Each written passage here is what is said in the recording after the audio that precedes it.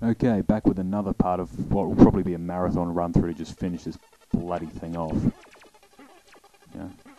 Again, same starting point as this previous set of levels. You'd think they'd actually have, you know, some more initiative. Yes, the start of the blind jumps. At least you don't have to hit that bloody platform. Moves on its own.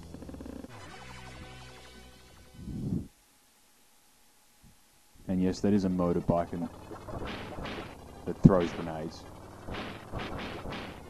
You know, I get this thing feeling whoever designed this set of levels was really having fun with the, you know, what they could get away with in terms of sheer batshit insanity. You know, having stone eggs that block off a dirt bike while you're throwing grenades at them is admittedly pretty out there. While you're being attacked by, you know, what appear to be fleas with a horn growing out of their head that throw stones at you. You know, obligatory dirt bike jumping sequence right there. I don't know, there's so much you could say about this set of levels, but I think it kind of stands for itself. And actually the design aesthetics all very you know, bland, very similar for this set of levels. It's deliberate. I believe it's meant to, you know, signify just, you know, how polluted and screwed up the flea pit actually is. Which might actually explain for once why the hell they wanted Plok, you know, beaches, because those were some pretty bitchin' beaches. Australian Gold Coast stuff right there. So, you know.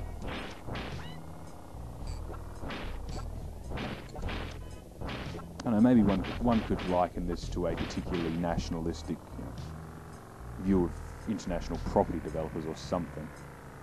You know, something being, Jethro, you're reading far too much into this shit. Gotta love the grin on his face when he says that. Like he's actually happy the fleas have to live in this shit. So yeah, Plok clearly is kind of speciesist at this point. Not that you can entirely blame the guy. I mean, they did try to take his islands over. Although, what one thing, whatever the hell Plok is, needs with, you know, 3 separate islands and a flea pit.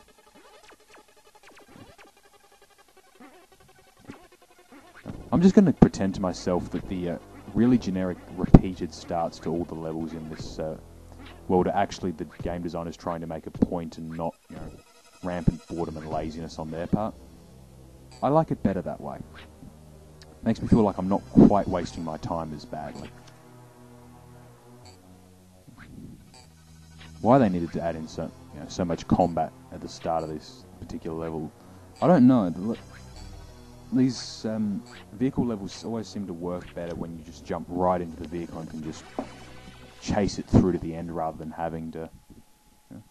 Oh, we got another one of the goddamn flyer levels. This one, I'm not sure whether they're supposed to be stones or bombs or what, but it's not a very easy thing to control. It's like the moon lander thing from the last level 2 levels back. Only it's slower and harder to aim with, and generally more of a goddamn pain in the ass. Which completely and utterly sucks, because this is one of the mid-length levels for this island. So you just got to suck it up and deal with it. I was very not happy about having to play this level. Mind you, I think I was very not happy with about half of the ones in this world. And this level would take even longer if I wasn't taking every shortcut I could figure out to avoid actually having to fight. Not out of a sense of, you know, pacifism or anything that complicated. Just a goddamn desire to get this shit over with. So you probably noticed back there that the blades in the tail aren't actually part of the hitbox, which makes things much more useful, you know, in tight corners, because half the vehicle's not actually vulnerable. It doesn't stop the incoming fire, but doesn't take damage from it either. Which, you know, when it maneuvers like an anaesthetised slug, is really goddamn useful. You know, when it's bouncing around like somebody shoving a said anaesthetised slug through a pinball machine. Which actually sounds like a pretty interesting visual, if you ask me. Yeah, obligatory crap to slow down the level right there. They really should have just embraced the comparative high speed nature of these levels rather than throwing in all these goddamn roadblocks that don't have any actual skill to them, but exist solely to bring the tempo back down and disrupt you. Which I find terribly annoying because the speed at which some parts of this level, or this world actually, island, moves is a really good asset to the game after the comparatively slow main island. The demo island moved really fast, not because the levels were particularly fast, but because they were rather short and simple. The retro island moved fairly fast because it was quite a short island in general. And the main island was slow as hell because it just had so much repetitive crap in it.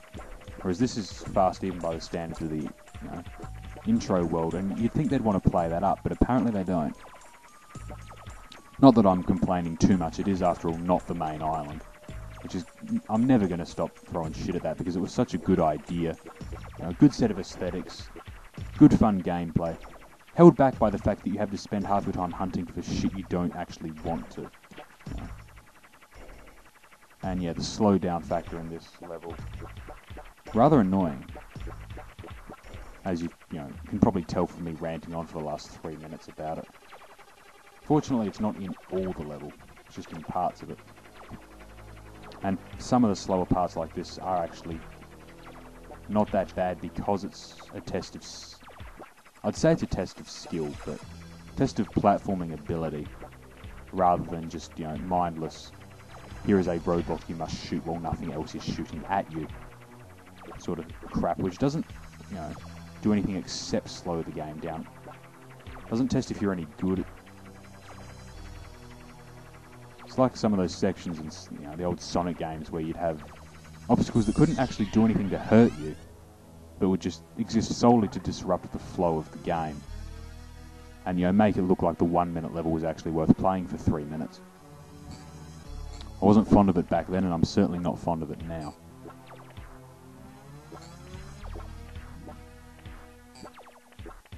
Particularly when it, as I've said before, the goddamn helicopter handles like something that doesn't handle particularly well, that has then had every possible method of it handling broken repeatedly. And there's a paraplegic joke in there somewhere, but I really don't think I should make that.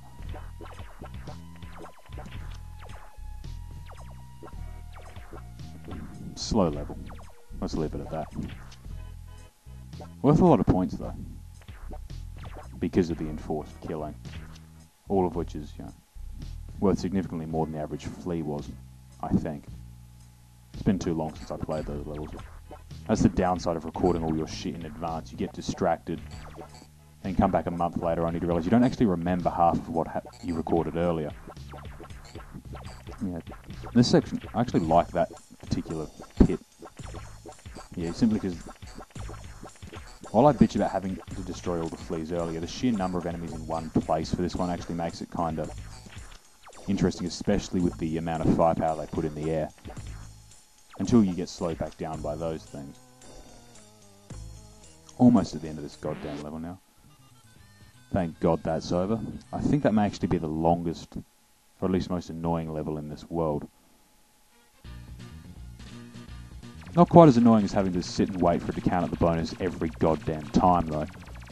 But, you live and deal with it.